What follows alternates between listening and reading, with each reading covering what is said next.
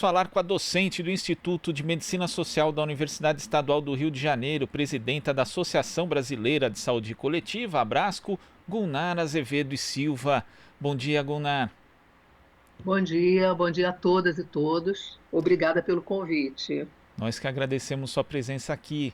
Gulnara, ontem o Ministério da Saúde divulgou um novo protocolo para aplicação de cloroquina e hidroxicloroquina em relação a pacientes com Covid-19. Como é que você viu esse novo protocolo e também queria saber a sua avaliação em como isso impacta, na verdade, nas políticas públicas relacionadas ao combate à pandemia?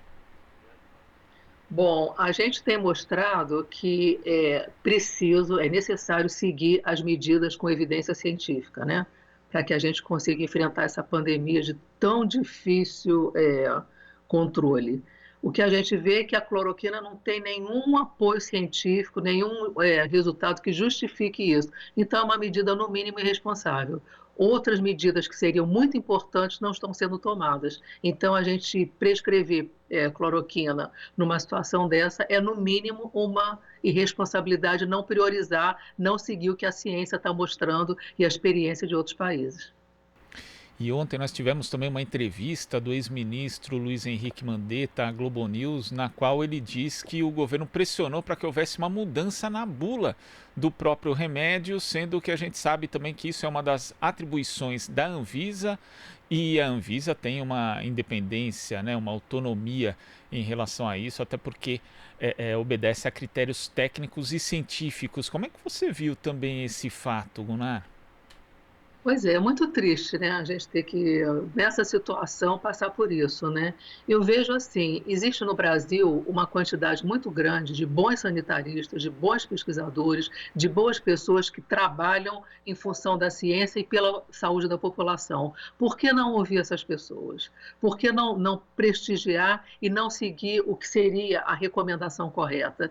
A gente vê com muita preocupação, a gente vê que a nossa epidemia aqui no Brasil ainda não está numa situação favorável, a gente continua tendo um aumento expressivo de casos e mortes, mesmo considerando toda a subnotificação, continuamos em situação de ascensão disso. É muito preocupante perceber que não há um plano nacional, não há uma situação que diga assim, vamos fazer uma articulação, um grande movimento, uma grande investida, um enfrentamento de fato consistente. É muito preocupante. E nesse aspecto de não haver uma coordenação conjunta, né, nem nacional e às vezes nem estadual, a gente tem um exemplo aqui da cidade de São Paulo, que teve feriados antecipados, 6 dias seguidos, só que as cidades vizinhas, que são populosas também, como Guarulhos, Osasco, Carapicuíba, as cidades da região do ABC, São Bernardo do Campo, Santo André, não seguiram a atitude do município de São Paulo. E sem essa coordenação, por exemplo, do Estado, de poder decretar aí um isolamento mais restritivo em algumas cidades, algumas regiões onde os casos já são bastante numerosos, isso prejudica demais o combate à pandemia, não, Gunnar? Com certeza, é isso que a gente tem dito. Precisa ter realmente um esforço muito grande, é preciso, para ter uma situação em articulação. Por quê? O Brasil é muito grande. Na realidade, a epidemia em alguns lugares está chegando depois, ela não chegou ao mesmo tempo. Então, essa articulação, esse monitoramento conjunto e a esfera, o governo federal, conversando com estados e com municípios, pode dar realmente um parâmetro para isso. Agora, da forma que está, cada um está fazendo como pode e isso acaba, no todo, não fazendo sentido, né? Não tendo força suficiente. Faz muita falta essa habilidade, né? Gunnar, a gente chama agora a Marilu Cabanhas. Oi, Marilu. Oi, Gunnar. Bom dia. Prazer em falar com você. Bom dia, Marilu. Gunnar, prazer estar aqui com você.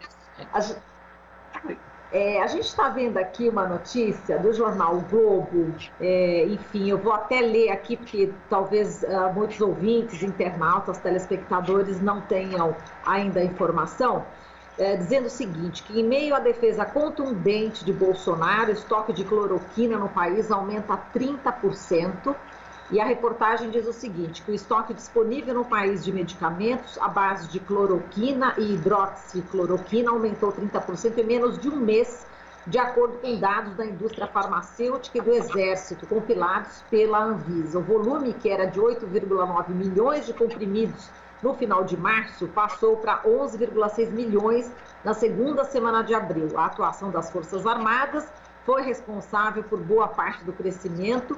1,25 milhão de comprimidos foram produzidos pelo Exército no período.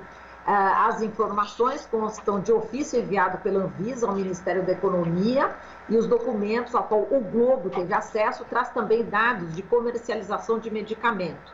Cerca de 3,4 milhões de comprimidos foram consumidos por mês no país no primeiro semestre do ano passado. Os remédios são usados por pacientes aí com lúpus, malária e artrite reumatoide. Bom, a pergunta que eu te faço é o seguinte, será que por trás, então, dessa insistência do presidente Bolsonaro em colocar a cloroquina aí como protocolo, como novo protocolo para a Covid-19, não estaria essa questão, né, dessa produção, enfim, desse aumento de estoque e também em relação à questão da responsabilidade, né, do governante em, enfim, adotar uma medida dessas e, de repente, não ter a vazão suficiente aí desse medicamento entre as pessoas, né? Como é que você está vendo também essa informação que o Globo traz para a gente?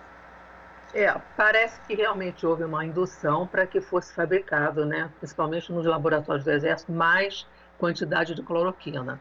Mas o que eu vejo é o seguinte, existe uma indicação precisa para o uso desse medicamento.